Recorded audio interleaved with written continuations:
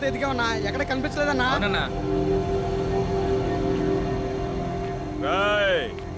అందరూ జాగ్రత్తగా వినండి.